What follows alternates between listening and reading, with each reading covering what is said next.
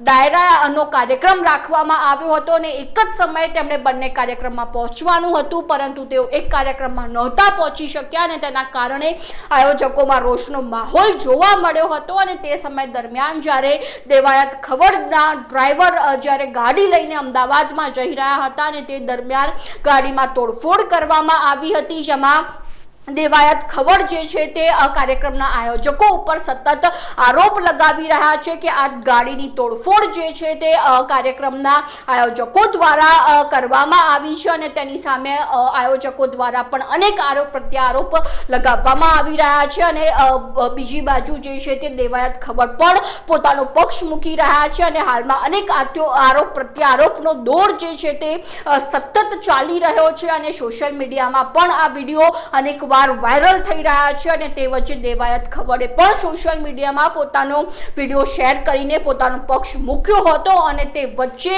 તેમનું એક નિવેદન જે છે તે ખૂબ જ ચર્ચાઈ રહ્યું છે। જ્યારે આ સમગ્ર તોડફોડની ઘટના બને છે ત્યારબાદ તેઓ પોલીસ સ્ટેશને ફરિયાદ નોંધાવવા જાય છે આયોજકોની સામે। ત્યારબાદ તેઓ એક સૌથી મહત્વનું નિવેદન આપે છે કે હું સેલિબ્રિટી છું એટલે પોલીસે મારી ફરિયાદ નોંધવી જ પડશે। આ અંગેનું નિવેદન જે છે તે દેવાયત ખવડ દ્વારા પોલીસ સ્ટેશનમાં આપવામાં આવ્યું હતું અને હાલમાં તે સૌથી ચર્ચાનો વિષય બની ગયું છે। તો આગળની કાર્યવાહી શું હશે? અને સૌથી મહત્વની વાત તો એ છે કે હાલમાં જે છે તેમની પોલીસ ફરિયાદ ન નોંધાતા તેમને હાઈકોર્ટના જે દરવાજા ખખડાવ્યા છે અને તેને લઈને સૌથી મોટા સમાચાર પણ અનેક સમય બાદ બહાર આવી રહ્યા છે। તો આગળની સમગ્ર કાર્યવાહી શું હશે તે અંગેની માહિતી આપણે એડવોકેટ મનીષ પ્રજાપતિ પાસેથી લઈશું। જી મનીષભાઈ, સ્વાગત છે આપનું લાઈવ 24 માં।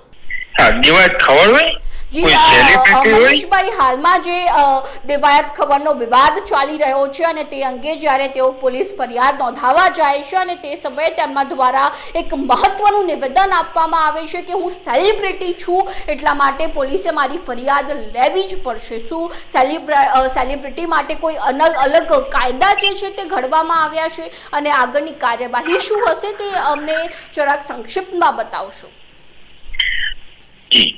જુઓ, દેવાયત ખવડ હોય, કોઈ સેલિબ્રિટી હોય કે કોઈ આમ આદમી હોય, કાયદો બધા માટે એક જ હોય। દેવાયત ખવડે જે હાઈકોર્ટના દરવાજા ખખડાવ્યા છે, પણ કાયદામાં એવું છે કે જે બનાવ બન્યો છે ત્યાંની લોકલ પોલીસ સ્ટેશનમાં પહેલા એમને ફરિયાદ કરવી પડે। ત્યાંની પોલીસ સ્ટેશન કોઈ ફરિયાદ ના લે એમને ડીવાયએસપી જવું પડે, એસપી જવું પડે, એસપી ઓફિસમાં જવું પડે। ત્યાં કોઈ ફરિયાદ લેવામાં ના આવે તો કાયદાની રીતે ત્યાં જિલ્લાની જે કોર્ટ લાગતી હોય ત્યાં 175(3) મુજબની એમને અરજી કરવી પડે અને જે કોર્ટને જે યોગ્ય ન્યાય લાગે એ પ્રમાણે એ ફરિયાદ લેવી કે ના લેવી એ કોર્ટ એનો ન્યાય આપી શકે।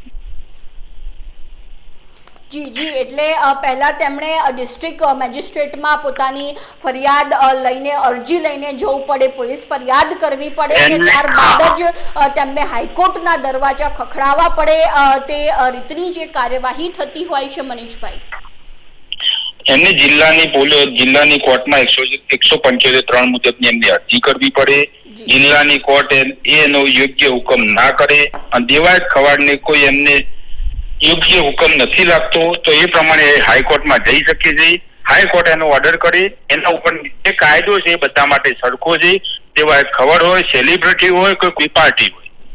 જી, ધન્યવાદ મનીષભાઈ આપનો લાઈવ 24 માં જોડાવવા બદલ। જી, એડવોકેટ મનીષભાઈના જણાવ્યા અનુસાર જે છે તેમના દ્વારા જણાવવામાં આવ્યું છે કે દેવાયત ખવડ હોય કે અન્ય કોઈ પણ સેલિબ્રિટી હોય તેમની માટે કોઈ જ અલગ કાયદો નથી બનાવવામાં આવ્યો। જેવી રીતે તેમણે પહેલા પોલીસ સ્ટેશનમાં પોતાની ફરિયાદ નોંધાવવી પડે, ફરિયાદ નોંધાયા બાદ તેઓ જે છે તે કોઈ પણ જિલ્લાની કોર્ટમાં જાય અને ત્યારબાદ તે અરજી કર્યા પછી તેઓ હાઈકોર્ટના દરવાજા ખખડાવી શકે તે અંગેની વાત જે છે તે અમારા એડવોકેટ મનીષભાઈ દ્વારા કરવામાં આવી હતી અને હવે અમારા સંયોજક જે છે તે મુસ્કાન જોડાઈ ગયા છે। જે આ મુસ્કાન, હાલમાં જે રીતે દેવાયત ખવડ દ્વારા મહત્વનું નિવેદન આપવામાં આવ્યું કે હું તો સેલિબ્રિટી છું એટલે પોલીસે મારી ફરિયાદ ચોક્કસ નોંધવી પડશે, તે અંગે તમારું શું કહેવું છે?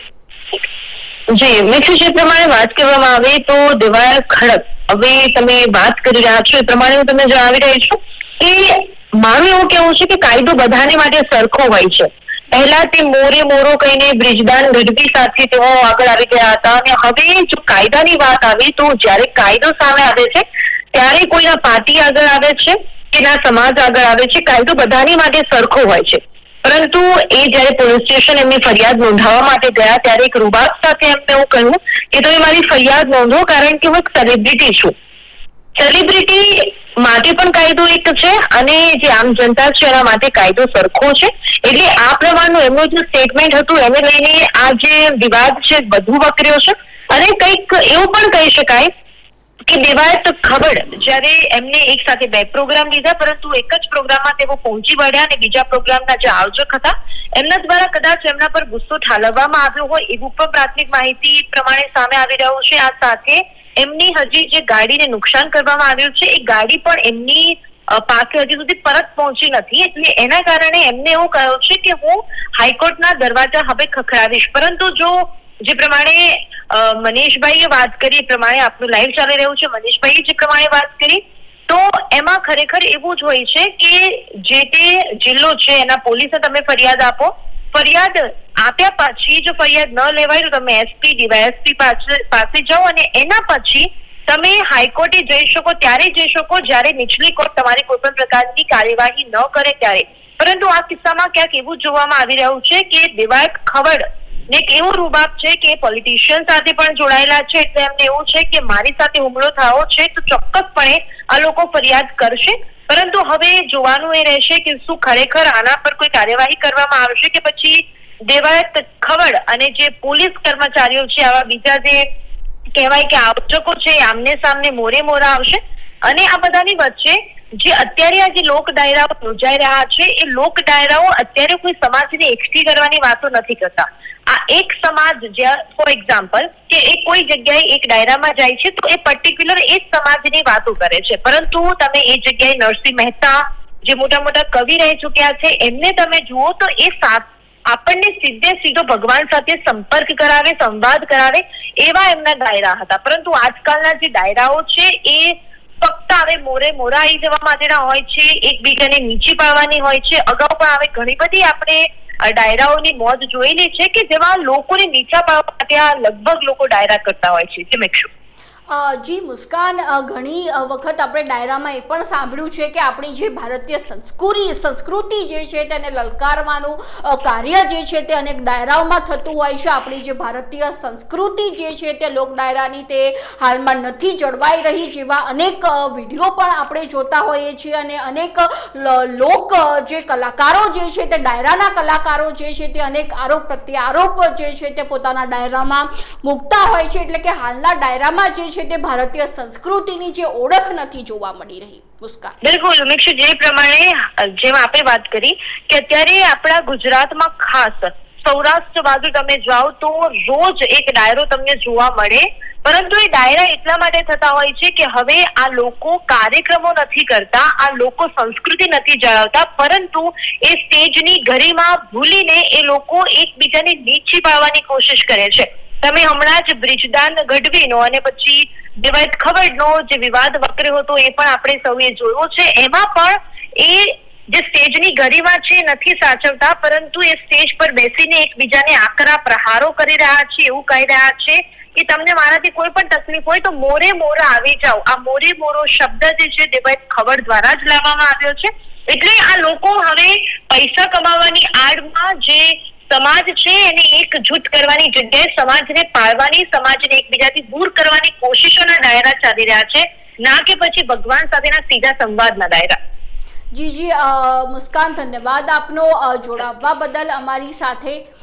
જે મુસ્કાન દ્વારા જે રીતે જણાવવામાં આવ્યું કે હાલમાં જે છે તે ભારતીય સંસ્કૃતિને આ લોક ડાયરાઓમાં નથી સાચવવામાં આવી રહી અને માત્ર જે છે તે અનેક આરોપ પ્રત્યારોપ આ ડાયરામાં જોવા મળતા હોય છે, જેમાં ડાયરા કલાકારો જે છે તે આમને સામને જોવા મળતા હોય છે, ભારતીય સંસ્કૃતિને લજવી રહ્યા છે અને જે ડાયરાઓ જે છે તે ભારતીય સંસ્કૃતિ અને દર્શાવનારા હોય છે. પરંતુ હાલમાં જો ગુજરાતમાં જોવામાં આવે તો લોક ડાયરાઓ જે છે તેમાં ભારતીય સંસ્કૃતિને લલકારવામાં આવતી હોય તેવા અનેક વિડીયો આપણને જોવા મળતા હોય છે, જ્યારે ડાયરાઓ જે છે તે સમાજને એક કરવાનું કાર્ય કરતા હોય છે, પરંતુ હાલમાં જે રીતે આપણે જોઈએ તો ડાયરામાં જે છે તે સમાજને એકજૂથ કરવાની કોઈ વાત જ નથી કરવામાં આવતી અને માત્ર જે છે તે ભારતીય સંસ્કૃતિને લલકારવાની વાત કરવામાં આવતી હોય છે. તો હવે જોવું રહ્યું કે દેવાયત ખવડનો જે આ વિવાદ જે છે તે ક્યાં સુધી પહોંચે છે, તેનો અંત